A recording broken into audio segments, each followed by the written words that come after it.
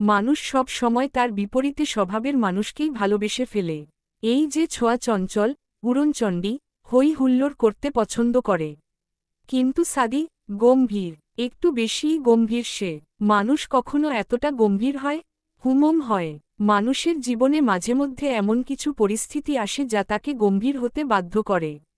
সাদি ছোটবেলা থেকেই চুপচাপ স্বভাবের, কিন্তু এতটা গম্ভীর সে ছিল না। একটু আতটু কথা সেও বলত। খিলখিল করে না হাসলেও মুখ টিপে সে হাসত। বন্ধুদের সাথে খুব বেশি আড্ডা না দিলেও মাঝে মাঝে একটু সময় দিত। কিন্তু এখন তার সেই হাসিটা চলে গেছে। সামির সাদির কথা ভেবে দীর্ঘ শ্বাস ফেলে। সে কানে হেডফোন গুঁজে নিয়েছে আর ছোঁয়া সামির সাথে কথা বলে যাচ্ছে। অবশ্য সামির কথা বলার সুযোগ পাচ্ছে না, শুধু ছোঁয়ার কথাগুলো শুনে যাচ্ছে। ছোঁয়ার চোখে মুখে খুশির ঝিলিক। হাত নেড়ে নেড়ে কথা বলছে সে। কথার মাঝে মাঝে শব্দ করে হেসে উঠছে। হাসতে হাসতে গাড়ির কাছে বাড়ি খাচ্ছে। ছোঁয়া কথাগুলো অদ্ভুত। এই যে যেমন সে পাখি হলে উড়ে চলে যেত ফ্লাইটে। গাড়ি করে যেতে হতো না। টাকা বাঁচত। রাস্তায় ট্রাফিক পুলিশ না থাকলে ২-৪টা গাড়ি চুরি করে ফেলত সে। সাদির মাথা নেড়া করে দিলে কেমন লাগবে? এইসবি। একই এলাকায় বাসা ভাড়া নিয়েছে সাদি। বাড়িতে থাকলেও পারত, কিন্তু সাদি থাকবে না। এখান থেকে ছোঁয়ার কলেজে যাওয়ার রাস্তা ১০ মিনিটের। আর সাদির অফিসের সামনেই বাসাটা। মেইন রোডের পাশেই ৩ তলা বিল্ডিং, এর ওপরের তালার বাসাটা ভাড়া নিয়েছে সে। বেশ বিলাসবহুল রুমটা। ৩টে রুম। ২টো রুমের সাথে ছোট্ট বেলকনি আছে। একটা কিচেন আর ছোট্ট একটা ড্রয়িং রুম। একটা পরিবার অনায়াসে থাকতে পারবে। রিমি, আশিক, পাপন তারা পুরো বাসাটাকে সুন্দর করে সাজিয়েছে। আনাচে কানাচে ফুলে ফুলে ভরিয়ে দিয়েছে। সব থেকে বেশি ফুল লাগানো হয়েছে সাদির রুমটাতে। মনে হচ্ছে ফুলেরই বাগান। ছোঁয়া বাসায় ঢুকে অবাক হয়ে যায়। ঘুরে ঘুরে দেখতে থাকে সবটা। রিমি আর পাপন ছোঁয়ার সাথে সাথে যাচ্ছে। তাকে বুঝিয়ে দিচ্ছে কোথায় কি আছে। ছোঁয়া ভীষণ খুশি। কেমন স্বপ্ন স্বপ্ন লাগছে তার। এমনটাই তো সে কল্পনা করেছিল, স্বপ্ন দেখেছিল। স্বপ্ন কি তবে সত্যি হল? সাদি ফাঁকা রুমটাতে ঢুকে পড়েছে। তার ফ্রেশ হওয়া দরকার। রুমে ঢুকেই দরজা লাগিয়ে দিয়েছে। ছোঁয়া বাসর ঘরে ঢুকতেই লাফিয়ে ওঠে। খাটের মাঝখানে গিয়ে বসে রিমিকে ছবি তুলে দিতে বলে। রিমিও হাসি মুখে ছোঁয়ার ছবি তুলে দিতে থাকে। সামির বিরিয়ানি আনে। খিদেও সবারই পেট চৌ চৌ করছে। ছোঁয়া শাড়ি গহনা ফেলে সুতি 3 পিস পরে নিয়েছে। এতক্ষণে তার শান্তি লাগছে। রিমি পাপন খাবার সার্ভ করে দিচ্ছে। সাদি এখনও বের হয়নি রুম থেকে। সবাই জানে সাদি বিরিয়ানি খাবে না। তাই রিমি গিয়ে গ্যাসে ভাত আর করলা সিদ্ধ বসিয়ে দেয়। তারা খেতে খেতে হয়ে যাবে। তারপর সবাই মিলে খেতে থাকে। বিরিয়ানি ছোঁয়ার ভীষণ প্রিয়। তাকে ৩ বেলা বিরিয়ানি খেতে দিলেও সে না করবে না। ছোঁয়া গান্ডেপিণ্ডে গিলতে থাকে। আজকে তার বিয়ে হয়েছে, তার বর এখনও খায়নি। এদিকে ছোঁয়ার খেয়াল নেই। সামির ভাবে মেয়েটা নেহাতি বাচ্চা। এখনও সংসার, স্বামী এসবে তার আগ্রহ হয়ে ওঠেনি। তবে মেয়েটা সাদিকে অসম্ভব ভালোবাসে। খাওয়া দাওয়া শেষে সবাই চলে যায়। ছোঁয়া পেঁয়াজ মরিচ কেটে করলা ভর্তা করে নেয়। সত্যি বলতে এই ভর্তা ছোঁয়ারও খুব পছন্দ। গরম গরম ভাতের সাথে খেতে দারুণ লাগে। প্লেটে ভাত বেড়ে তারপর ভর্তা নিয়ে সাদিকে ডাকতে যায়। পাষাণ লোকটা এখনও দরজা খুলেনি। ছোঁয়া দরজায় টোকা দেয়। এই যে, দরজা খুলুন। আপনার রুমে সোনাদানা নেই যে কেউ চুরি করে নিয়ে নিবে। ঢং বাদ দিয়ে দরজা খুলুন। আর তাড়াতাড়ি খেয়ে নিন। ভাত ঠান্ডা হয়ে যাচ্ছে। তবুও সাদির কোনো সাড়া নেই। ছোঁয়ার রাগ হয়। 2টো লাথি মারে দরজায়। তারপর জোরে জোরে থাপ্পড় মারতে মারতে ডাকে, সাধু দরজা খুলবেন কি না বলুন? না খুললে আমি ভেঙে ফেলব বলে দিলাম। ঢং দেখাচ্ছেন কাকে আপনি? আপনার ঢং দেখায় সময় নেই আমার। জলদি জলদি দরজা খুলুন। এমন একটা ভাব করছেন যেন বিয়ে করে লজ্জা পাচ্ছেন। বা আপনি মেয়ে জোর করে আপনাকে বিয়ে দেওয়া হয়েছে, তাই দরজা বন্ধ করে মুখ লুকিয়ে কাঁদছেন। কান্নাকাটি বাদ দিয়ে দরজা খুলুন। সাথে সাথে দরজা খুলে যায়। ছোঁয়া শুকনো ঢোক গিলে 2 পা পিছিয়ে আসে। মুখ নাড়িয়ে বড্ড ভুল করে ফেলেছে। কি বলেছে ভাবতেই আবারও শুকনো ঢোক গিলে পিটপিট করে এক পলক তাকায় সাদির দিকে। বেচারা রোবট গম্ভীর দৃষ্টিতে তাকিয়ে আছে ছোঁয়ার দিকে। রেগে আছে নাকি বোঝা যাচ্ছে না। ছোঁয়া জিভ দিয়ে ঠোঁট ভিজিয়ে মাথা নিচু করে বলে, সরি, আসলে আপনি তো দরজা খুলছিলেন না, তাই ভাবলাম মুখ চালাই। শেষমেশ বিরক্ত হয়ে আমাকে থামানোর জন্য দরজা খুলে দিবেন। সাদি ফোঁস করে শ্বাস টেনে ছোঁয়ার থেকে নজর ফিরিয়ে নেয়। সত্যি বলছি, আমি শুধুমাত্র আপনাকে বের করার জন্য বেশি কথা বলেছি। তাছাড়া আমি কখনোই বেশি কথা বলি না। এই যে এই বিল্ডিং এর কসম, আমি তো পাগল যে রাক্ষসের সামনে মুখ চালাবো। ভেরি গুড, এতদিনে নিজেকে চিনেছ, বলেই সাদি খাবার টেবিলে গিয়ে বসে পড়ে। আর ছোঁয়া ভেবাচেকা খেয়ে যায়। মুখের ওপর অপমান করে দিল, বজ্জাত লোক। কিছু বলারও যাবে না। সাদি খাচ্ছে আর ছোঁয়া পাশে দাঁড়িয়ে আছে। কিছু লাগলে দেবে সে। কোন রুমে থাকবে? সাদির প্রশ্নটা বুঝতে পারে না ছোঁয়া। কোন রুমে থাকবে মানে? ভাবতে ভাবতে ছোঁয়া খেয়াল করে সাদি পানি ঢালছে গ্লাসে। তাড়াহুড়ো করে সাদির হাত থেকে জগ নিয়ে গ্লাসে পানি ঢাকতে যায় ছোঁয়া। কিন্তু গ্লাস পড়ে গিয়ে পুরো পানিটা সাদির শরীরে এসে পড়ে। ভয়ে চোখ মুখ খিচে বন্ধ করে ফেলে ছোঁয়া। এই যে এখনই একটা ধমক খাবে সে। রাতে শরীর কাঁপতে থাকে সাদির। ভাতের প্লেটেও পানি পড়েছে, পান্তা ভাত হয়ে গেছে। ছোঁয়া কিছু বলতে যায়। এখান থেকে যাও তুমি, ইডিয়েট, সাদি গম্ভীর গলায় ধমক দিয়ে বলে। কেঁপে ওঠে ছোঁয়া, চোখ দুটো টলমল করছে। সে এক মুহূর্ত না দাঁড়িয়ে চলে যায়। সাদির আর খাওয়া হয় না। বেসিনে গিয়ে হাত ধুয়ে এঁটো থালাবাসন গুছিয়ে নেয়। এতগুলো মানুষ খেয়েছে, থালাবাসন জমেছে অনেকগুলো, তাই থালাবাসন মেজে নেয়। ছোঁয়া ফুল সাজানো খাটে বসে আছে, মন খারাপ করে। ইচ্ছে করে ফেলেছে নাকি ছোঁয়া? এভাবে ধমক দেওয়ার কোনো মানে হয়? পাষাণ লোক। ছোঁয়া মনে মনে সাদিকে বকা দিচ্ছে, তখনই সাদি ঢুকে পড়ে ছোঁয়ার রুমে। ছোঁয়া চোখ দুটো বড় বড় করে ফেলে। লোকটা এখানে কেন এসেছে? বাসর করতে? ঈশ্বর, ছোঁয়া লজ্জা লুকাবে কোথায়? সাদি কি তাহলে আমিষ হয়ে গেল? বিয়ের রাতে রাত 12টায় ফুল সাজানো রুমে বউয়ের কাছে মানুষ কেন আসে? ছোঁয়া সবটা জানে। সে তার বান্ধবীর কাছে শুনেছে। এ টু জেড সবটা শুনেছে সে। লজ্জায় লালনীল হতে থাকে ছোঁয়া। বিয়ে ভেঙে যাওয়া একটা মেয়ের জন্য খুবই কষ্টের একটা বিষয়। মেয়ে তো, পাড়া প্রতিবেশী আত্মীয় স্বজন সবাই গাল ভরে বলতে বাকি রাখে না। কেন বিয়ে ভেঙে গেল এটা কেউ একবারও জিজ্ঞেস করবে না। বা ছেলের দোষ কি না এটাও জানতে চাইবে না। সকলে একবাক্যে বলে উঠবে, মেয়েটারই কোনো সমস্যা আছে। বদনাম রটিয়ে দিবে। কিছু কিছু মেয়েতে আবার মা এমন যে নিজেই তার মেয়েকে উঠতে বসতে কথা শোনায়, গালাগালি করে, মরে যেতেও বলে। মায়ার মাও তেমন প্রকৃতির। যখন থেকে জেনেছে সাদি আসবে না বিয়ে করতে, তখন থেকেই সে মায়াকে গালমন্দ করে যাচ্ছে। মরে যেতেও বলেছে কয়েকবার, এমনকি হাতে রশিও তুলে দিয়েছে ফাতারা চিহ্নসি দেওয়ার জন্য। এতে অবশ্য মায়ার মন খারাপ হচ্ছে না, বরং বুক চিরে দীর্ঘশ্বাস বেরিয়ে আসছে। এটা তো ভাগ্যের লিখন। এতে মা বা পাড়া প্রতিবেশীদের ওপর রাগ করে লাভ আছে? ভাগ্যে এমনটা লিখা না থাকলে তো এমন হতো না। আল্লাহ যেখানে নিজে মায়ার ভাগ্য লিখেছে সেখানে মায়া আফসোস করার কে? তাকে মেনে নিতে হবে, তাছাড়া উপায় নেই। দুনিয়াটা আল্লাহর ইশারায় চলে। সাদিকে বিয়ে করার ইচ্ছে তার কখনোই ছিল না। বাবা মায়ের জোরাজুরিতে বাধ্য হয়েছে।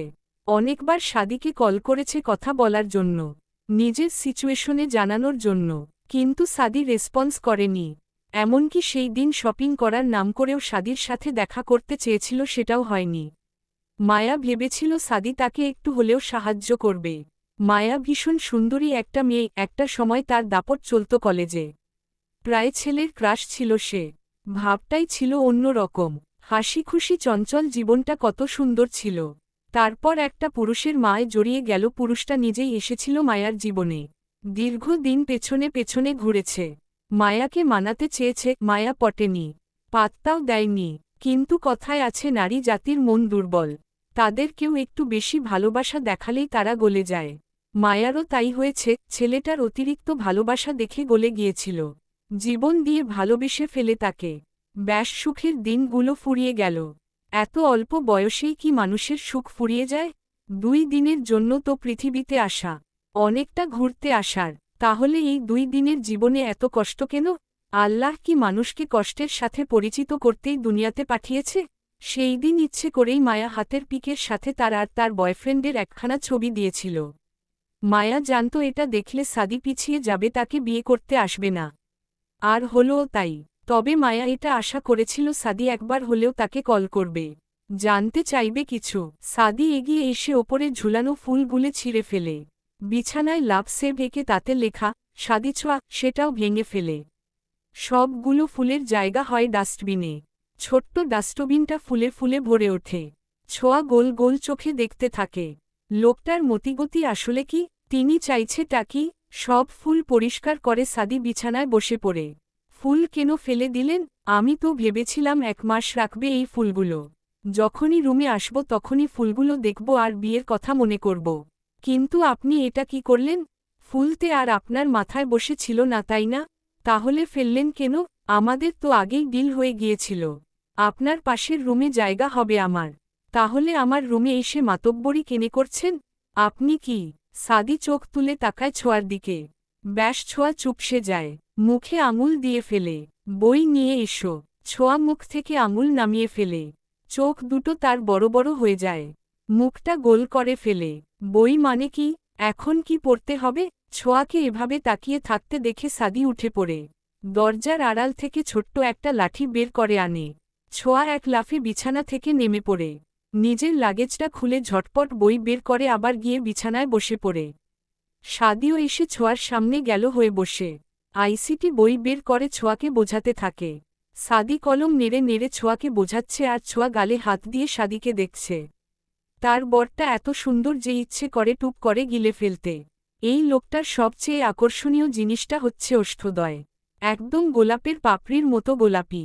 সাদা চামড়ার ওপর কুচকুচে কালো দাড়ি আর তার মধ্যে গোলাপি ওষ্ঠখানা। খাড়া নাক, ছোট ছোট বিলাই চোখ, চোখের পাশে খানিকটা বড় লাল তিল, জোর ভ্রু, ঘন সিল্ক মিডিয়াম বড় চুল। উফফ যেন আস্ত একটা চকলেট কেক। আরও একটা আকর্ষণীয় জিনিস আছে লোকটার, যা ছোঁয়াকে মাতাল হতে বাধ্য করে। লোকটার গলায় থাকা আরও একটা লাল তিল, কণ্ঠনালীর ঠিক একটুখানি নিচে। এই মানুষটা অন্য কারো হয়ে গেলে ছোঁয়া মতারা চিহ্ন রেই যেত। এই রূপে পাগল হওয়ার অধিকার শুধুমাত্র ছোঁয়ার। আপনি এত হতারা চিহ্নটা কেন? পুরো চকলেট কেকের মতো, ইচ্ছে করে খেয়ে ফেলতে। ছোঁয়া সাদির কণ্ঠনালীর দিকে তাকিয়ে কথাগুলো বলছিল। সাদির হাত থেমে গেছে। সে একটা ইম্পর্টেন্ট বিষয় লিখে লিখে বোঝাচ্ছিল ছোঁয়াকে। ছোঁয়ার কথায় তার শরীর জারিয়ে ওঠে। এই মুহূর্তে এই মেয়েকে ইছড়ে পাকা ছাড়া আর কোনো নাম দিতে পারছে না সাদি। একটা মেয়ে ঠিক কতটা দুষ্টু হলে তার থেকে গুণে গুণে 14 বছরের বড় একটা ছেলেকে এভাবে বলতে পারে? ছোঁয়া এবার হাত বাড়িয়ে সাদির দাড়ি ছুঁড়ে দেয়। আমায় ভালোবাসবেন কবে সাধু? সাদি বেতটা হাতে নিয়ে বলে, এখনই। তারপর ছোঁয়ার তুলতুলে নরম হাতটা ধরে ঠাসস করে বাড়ি মেরে দেয়। চিৎকার দিয়ে ওঠে ছোঁয়া। সে তো এতক্ষণ ঘোরের মধ্যে ছিল। আহা, সবেই ভাবছিল টুক করে একখানা চুমু খেয়ে নেবে। কিন্তু চুমুর বদলে মাইর খেল। পরপর দুটো বাড়ি দিয়ে সাদি বলে, আরও ভালোবাসা লাগবে? ছোঁয়া এক লাফে উঠে যায়। হাত ধরে কেঁদে ফেলে। বেশ ব্যথা পেয়েছে। লাল হয়ে গেছে হাতটা। খানিকটা ছিলেও গেছে। কাঁদতে কাঁদতে বলে, ভালোবাসা লাগবে না, আমার ভুল হয়ে গেছে। গম্ভীর প্রকৃতির মানুষগুলো প্রতিনিয়ত ভেতরে ভেতরে গুমরে মরে। তারা তাদের মনোভাব কারো সামনে প্রকাশ করতে পারে না। নিজের কষ্ট, আনন্দ, ভালো লাগা, খারাপ লাগা কাউকে বোঝাতে পারে না বলেই তাদের ভেতরে সারাক্ষণ রক্তক্ষরণ হয়। পাওয়া না পাওয়ার হিসেবগুলো একা একাই সমাধান করতে হয়। সাদি হচ্ছে সেই প্রকৃতির মানুষ। কখনো একটু অসুস্থ হলে বাসার কাউকে বলেনি। সারা রাত জ্বরে পুড়েছে তবুও কখনো মাকে বা অন্য কাউকে ডাকেনি। একবার সাদির পা ভেঙেছিল। 2 দিন ভাঙা পানিয়ে নিজের রুমে পড়েছিল। কাউকে বলেনি তার সমস্যার কথা। এটা অবশ্য খুব ছোটবেলায়। তখন সাদি ক্লাস 8-এ পড়ত। সাদি এমনিতেই সারাদিন রুমে থাকে বলে কেউ তাকে দেখতে আসেনি। সাবিনা বাড়িতে ছিল না। তিনি থাকলে অবশ্যই দিনে কয়েকবার আসত সাদিকে দেখতে। তো পরের দিন সাবিনা বেগম কি মনে করে যেন বাড়িতে ফিরেই সাদির রুমে আসে আর দেখতে পায় তার ছেলে পা ধরে কাতরাচ্ছে। জ্বরে শরীর পুড়ে যাচ্ছে।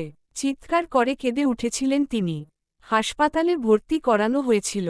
আজ অবধি জানা যায়নি কিভাবে সাদির পা ভেঙেছিল। পাশাপাশি দুটো রুম।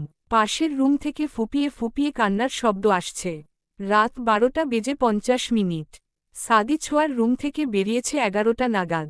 ইডিয়েটটা এখন পর্যন্ত কেঁদেই চলেছে। সাদি জানে যতক্ষণ সে গিয়ে কাঁদতে মানা করবে না ততক্ষণ পর্যন্ত কেঁদেই যাবে। সাদি ইচ্ছে করেই যাচ্ছে না। মেয়েটা দিন দিন অন্য রকম হয়ে যাচ্ছে। ভীষণ বেপরোয়া হয়ে উঠছে। দীর্ঘ শ্বাস ফেলে কানে হেডফোন গুজে নেয় সাদি। হৃদয় কাঁপছে তার। হার্টবিট দ্রুত লাফাচ্ছে। অস্বস্তি হচ্ছে। কিন্তু কেন? হৃদয়হরণীকে দুঃখ দেওয়ার জন্য? তাকে আঘাত করাতে নিজের হৃদয়টা জ্বলছে? _ নতুন ভোর, নতুন দিনের সূচনা। সকালের ফুরফুরে হাওয়া, পাখির কিচিরমিচির শব্দ আর মনমাতানো পরিষ্কার আকাশ মন ভালো করতে সক্ষম। সাদি খুব সকালে ঘুম থেকে উঠে রান্না চাপায়।